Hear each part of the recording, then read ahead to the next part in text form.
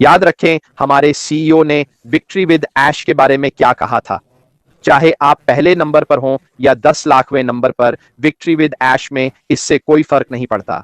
अगर आप एक अच्छे इंसान रहे हैं और आपने कंपनी की बदनामी नहीं की है, तो हर किसी को विक्ट्री विद ऐश में शामिल किया जाएगा। मैं बस लेकिन इतना ही कह सकता हूं कि पर्दे के पीछे कुछ चीजें हो रही हैं और जाहिर है कि इसकी सारी जानकारी बहुत ही जल्द आपको मिल जाएगी। ठीक है, तो अपनी नजरें बनाए रखें और जैसे ही हमें जानकारी मिलेगी हम उसे आपके सामने ले आएंगे। जहां तक आज मैं आपसे जिस विषय पर बात करना चाहता था, वह वास्तव में आपको यह समझाने में मदद करना है कि ऐश के साथ विक्ट्री का रोल आउट कैसे हो रहा है और हमारे सीईओ ने पिछले वेबिनार में जो बातें कही आदि, कि इसकी रणनीति कितनी कितनी ज्यादा महत्वपूर्ण है। और आज मैं आप सबसे इसी बारे में बात करना चाहता हूं कि रणनीति हमेशा दिखाई नहीं देती, ठीक है, खासकर व्यापार में। ठीक है, कई बार सबसे बेहतरीन रणनीति यही होती है कि आप अपने पत्ते ना खोलें। ठीक है, इसलिए यह समझना वाकई बहुत जरूरी है कि चीजें रणनीतिक तरीके से की जाती हैं, है ना, सभी के लाभ के लिए।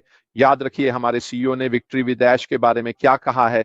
चाहे आप नंबर 1 हो, चाहे आप नंबर मिलियन हो, विक्ट्री विद ऐश में इससे आपको कोई फर्क नहीं पड़ता।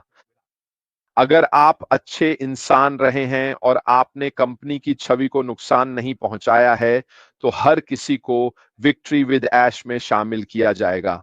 लेकिन इसे बहुत ही रणनीतिक तरीके से लागू किया जा रहा है। ठीक है, और यही वह जगह है जहां हम सभी से धैर्य रखने की अपील करते हैं। ठीक है, जबकि यह प्रक्रिया शुरू हो रही है और लोग समय के साथ इसमें शामिल किए जाएंगे। तो चलिए अब रणनीति पर नजर डालते हैं। यह हमेशा दिखाई नहीं देती। यह मूल रूप से एक गहरी बात है कि रणनीति अक्सर सतह के नीचे काम करती है और स्पष्ट घोषणा या ठोस कथन के बजाय सूक्ष्म तरीके से प्रकट होती है। इसका अंग्रेजी में क्या मतलब है? जब कोई व्यक्ति या कंपनी अपनी रणनीति तय करती है कि वे कुछ कैसे करने वाले हैं, तो वे इसे बैनरों पर नहीं लगाते, वे दुनिया को नहीं बताते। यह वह चीज है जिस पर उन्होंने लंबे समय तक विचार किया है कि सभी के लिए सबसे अच्छी रणनीति क्या होगी, कि हम इसे कैसे करेंगे। ठीक है, यह एक कंपनी की सोच है, एक व्यवसाय या उद्यमी या किसी भी व्यक्ति की सोच है जो कोई रणनीति लागू कर रहा है। मैं इसे कैसे लागू करूंगा? तो यह सबसे न्याय संगत तरीका है, लेकिन यह भी सबसे अच्छा तरीका है जिससे हम वॉल्यूम को संभालेंगे। यह सुनिश्चित करेंगे कि हम सभी को सही तरीके से सत्यापित कर रहे हैं और सब कुछ बहुत रणनीतिक रूप से किया जा रहा है। तो मूल रूप से रणनीति वास्तव में एक वैचारिक खाका है कि किसी उद्देश्य को कैसे प्राप्त किया जाए। यानी जैसा कि मैंने आपको उदाहरण दिया, सैकड़ों हजारों लोग एक ही बाधा के माध्यम से स्टेडियम में प्रवेश करने की कोशिश कर रहे हैं। इनमें से हर एक व्यक्ति को देखा जाना है, सत्यापित करना है और कहा जाना है, हां आप अंदर आ सकते हैं। अगला व्यक्ति देखा गया, सत्यापित किया गया, हां आप अंदर आ सकते हैं। इस प्रक्रिया को सहज और आसान बनाने के लिए एक रणनीति का होना आवश्यक है। यही स्थिति अभी विक्ट्री विद ऐश के साथ है। वह रणनीति लागू कर दी गई है। हमें इसके बारे में बताया गया है। पहली लहर यानी प्राथमिकता वाले लोग, वे सबसे पहले विक्ट्री विद ऐश में शामिल किए जा रहे हैं। बताइए क्या एक दूसरी लहर भी आने वाली है और उन लोगों को भी विक्ट्री विद ऐश में शामिल किया जाएगा? यह एक रणनीति है जो हमारे पास है और जिसे हम अभी जानते हैं। क्यों? क्योंकि यही एकमात्र जानकारी है जो हमें हमारे सीईओ से मिली है। यही हम जानते हैं। इसके आगे हमें कुछ नहीं बताया गया है, लेकिन हमें यह जरूर बताया गया है कि अधिकांश लोगों को विक्ट्री विद ऐश में शामिल किया जाएगा। विक्ट्री विद ऐश में शामिल होने वाला हर व्यक्ति बिल्कुल एक ही स्तर पर होगा और उसे उसमें शामिल हर चीज तक समान रूप से पहुंच मिलेगी। यहां कोई नंबर 1 नहीं है, यहां कोई नंबर 101 नहीं है, यहां कोई नंबर 10 लाख 1 नहीं है। हर कोई बिल्कुल एक जैसा है। हम सभी को एक जैसी ट्रेनिंग मिलेगी, हम सभी को एक जैसी जानकारी मिलेगी और वह विक्ट्री विद ऐश के भीतर ही होगी। तो कृपया याद रखें दोस्तों, यह सब रणनीतिक रूप से किया गया है। यह ऐसा नहीं है कि क्योंकि मैं तुम्हें जानता हूं इसलिए तुम वहां रहोगे या ऐसा कुछ और। ऐसा बिल्कुल भी नहीं होने वाला है। यहां कोई नेतृत्व नहीं है, यहां कोई पदानुक्रम नहीं है, यहां कोई विशेषाधिकार या ऐसा कुछ नहीं है, ना कोई टाइम स्टैंप, ना कुछ और, ठीक है। हर किसी की बारी जरूर आएगी। हर एक व्यक्ति विक्ट्री विद ऐश में शामिल हो सकेगा और सभी को इसका हिस्सा बनने का मौका मिलेगा। इस समय चारों ओर बहुत शोर है। ऐसा नहीं होना चाहिए था, लेकिन दुर्भाग्यवश ऐसा है। याद रखें हमारे सीईओ ने विक्ट्री विद ऐश के बारे में क्या कहा था। चाहे आप पहले नंबर पर हों या 10 लाखवें नंबर पर, विक्ट्री विद ऐश में इससे कोई फर्क नहीं पड़ता। अगर आप एक अच्छे इंसान रहे हैं और आपने कंपनी की बदनामी नहीं की है, तो हर किसी को विक्ट्री विद ऐश में शामिल किया जाएगा। लेकिन इसे बहुत ही रणनीतिक तरीके से लागू किया जा रहा है, ठीक है।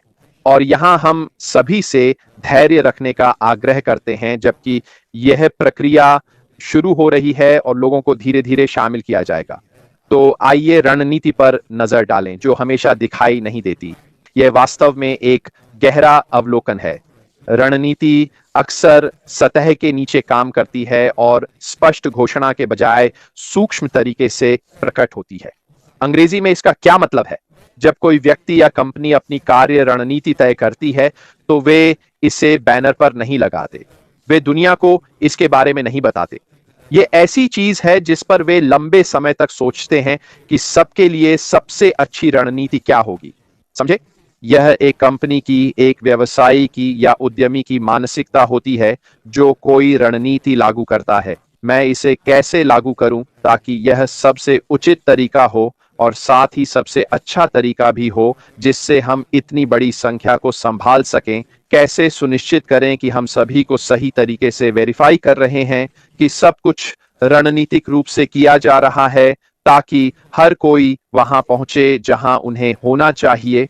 मैंने यह उदाहरण कई बार दिया है और मैं फिर से वही उदाहरण दूंगा। विक्ट्री विद ऐश को एक विशाल बड़े स्टेडियम की तरह समझिए, ठीक है। इसमें लाखों लोग समा सकते हैं, लेकिन विक्ट्री विद ऐश में प्रवेश करने के लिए सिर्फ एक टर्नस्टाइल है, ठीक है। अंदर जाने का बस एक ही रास्ता है। तो ये हजारों लाखों लोग जो स्टेडियम में प्रवेश करना चाहते हैं, अंदाजा लगाओ क्या होगा। आप उन सभी को एक साथ अंदर नहीं ला सकते। हर किसी के टिकट की जांच होनी चाहिए। हर किसी को अपना चेहरा दिखाना होगा ताकि यह सुनिश्चित हो सके कि वे वाकई स्टेडियम में जाने के हकदार हैं। यह बिल्कुल वैसा ही है। तो यह एक बाधा है और सही भी है। आप एक ही समय में सभी लोगों को अंदर नहीं ला सकते। इसलिए एक ऐसी रणनीति की जरूरत है जो हर किसी के लिए उचित हो, ताकि हम स्टेडियम में प्रवेश कर सकें, यानी ऐश के साथ जीत। तो इनमें से कुछ रणनीतियां स्पष्ट रूप से अदृश्य हैं। हम उन्हें देख नहीं सकते। ये पर्दे के पीछे की रणनीतियां हैं। और एक कंपनी की रणनीति किसी बड़ी घोषणा में नहीं, बल्कि शांत, सोची समझी कार्य समायोजन और रास्ते में अपने लोगों के लिए महत्वपूर्ण मार्गदर्शन के आवंटन में दिखाई देती है। यह भी दिलचस्प है कि रणनीति आपके व्यक्तिगत विकास से भी जुड़ी होती है। यह एक आंतरिक प्रतिबद्धता हो सकती है, जैसे लगातार सीखना, या जो आप करना चाहते हैं उसका भावनात्मक अनुशासन। यह निर्णय लेने का एक अभौतिक ढांचा है जो रोजमर्रा के आधार पर कार्यों और प्रतिक्रियाओं का मार्गदर्शन करता है। आप पर्दे के पीछे अपने लिए भी एक रणनीति रख सकते हैं। मुझे पता है यह थोड़ा अजीब लग सकता है, पर कभी-कभी सबसे अच्छी रणनीति आसपास की घटनाओं पर प्रतिक्रिया न देना होती है। कभी-कभी, जैसे बाजार की अस्थिरता या प्रतिस्पर्धियों की गतिविधियों पर तुरंत प्रतिक्रिया देना, आपकी सबसे अच्छी रणनीति नहीं होती। आप जानते हैं वह कहावत, शांत दिमाग रखने का समय। इसका मतलब बिल्कुल यही है। कभी कभी एक कदम पीछे हटना वास्तव में एक रणनीतिक चाल होती है जो दिखाई नहीं देती, लेकिन यह आपके व्यवसाय में मदद करती है अगर आप बिना सोचे समझे कार्य करने के बजाय स्थिति का मूल्यांकन करना पसंद करते हैं। यह सोच समझकर किया गया संयम एक चलती हुई रणनीति है, पर इसके दिखने वाले परिणाम नहीं होते, इसलिए रणनीति हमेशा दिखाई नहीं देती। साथ ही विशिष्ट संगठनात्मक संस्कृति, विश्वास, नवाचार, वफादारी बनाने की रणनीति किसी दस्तावेज में नहीं होती। यह ऐसी चीज नहीं है जिसे आप लिख सकें और लोग पढ़ सकें। यह हमारी रोजमर्रा की बातचीत का योग है, जो सच कहें तो हमारी दिनचर्या का हिस्सा है। इसमें अपनी पुरस्कार प्रणाली भी शामिल है और यह नेतृत्व व्यवहारों में समाहित है। अगर आपके व्यवसाय में ऐसी संस्कृति है, इन्हें अलग अलग पहचानना मुश्किल है, लेकिन समग्र रूप से ये स्पष्ट और प्रभावशाली होते हैं। और साथ ही रणनीति भी लंबे खेल के लिए होती है।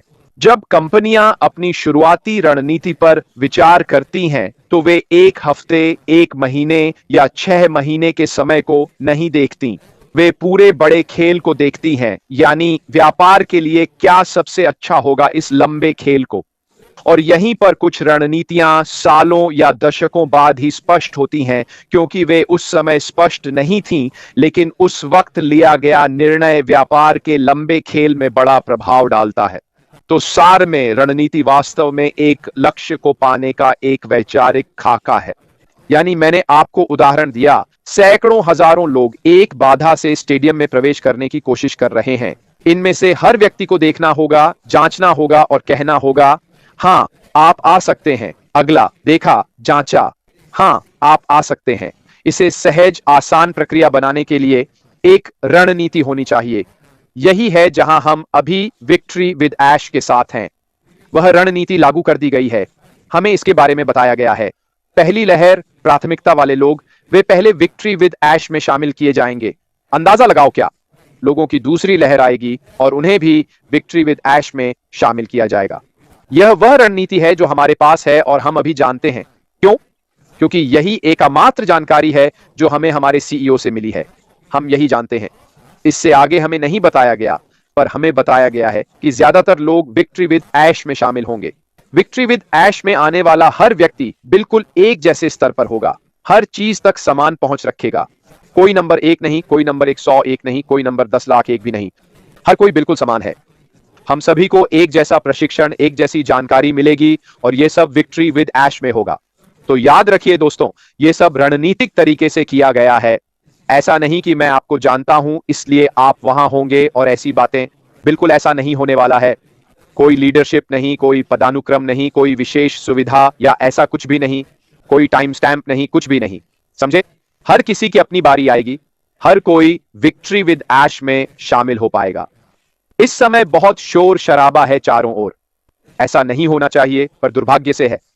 शांत रहें, उत्साहित रहें और अपने ओईएस में, अपने बैक ऑफिस में लॉग इन करते रहें, ठीक है? और वहां से आपको सही जानकारी मिलेगी। जाहिर है जो लोग लाइव करते हैं, जैसे मैं अभी कर रहा हूं और अन्य भी, हम आपको जानकारी देने की कोशिश करेंगे जब हमें पता होगा। लेकिन बहुत कुछ ऐसा है जो हम नहीं बता सकते, क्योंकि हमारे सीईओ ने कहा है, मैं यह सिर्फ विक्ट्री विद ऐश में ही बताऊंगा। और यह सब लोगों की छंटाई का हिस्सा है, ताकि हम विक्ट्री विद ऐश में अपेक्षित आचरण का पालन करें। और अगर आप नहीं जानते कि विक्ट्री विद ऐश में आपसे क्या अपेक्षा की जाती है, तो आप अभी पता लगा सकते हैं। हर कोई पता लगा सकता है। लॉग इन करें, नहीं, लॉग इन नहीं, माफ कीजिए, victorywithAsh.com खोलें। बिल्कुल नीचे बाईं ओर एक टैब है जिस पर लिखा है आचार संहिता। आप इसे पढ़ सकते हैं और यही वह आचार संहिता है जो विक्ट्री विद ऐश में जाने पर आपसे अपेक्षित है, ठीक है? तो आप जानते हैं कि आपसे क्या अपेक्षा की जाती है। यह साफ साफ लिखा है और आप इसमें प्रवेश करने से पहले इसे पढ़ सकते हैं। खैर दोस्तों, आज के लिए बस इतना ही। वीकेंड पर मैं आमतौर पर लाइव नहीं आता, लेकिन अगर कुछ महत्वपूर्ण होगा तो मैं जरूर आऊंगा, वरना मैं सोमवार को वापस आऊंगा और आपके लिए कुछ नया सोचने को लाऊंगा। मेरी तरफ से बस इतना ही दोस्तों। अगर आप हैलोवीन मनाते हैं तो आज रात का खूब आनंद लें, ठीक है? याद रखें, किसी को भी पीछे नहीं छोड़ा जाएगा, ठीक है? यही बात सबसे महत्वपूर्ण है। यह सिर्फ एक रणनीतिक प्रक्रिया है कि चीजें कैसे आगे बढ़ेंगी और लोग कैसे जुड़ेंगे। मेरी तरफ से बस इतना ही। फिलहाल अलविदा।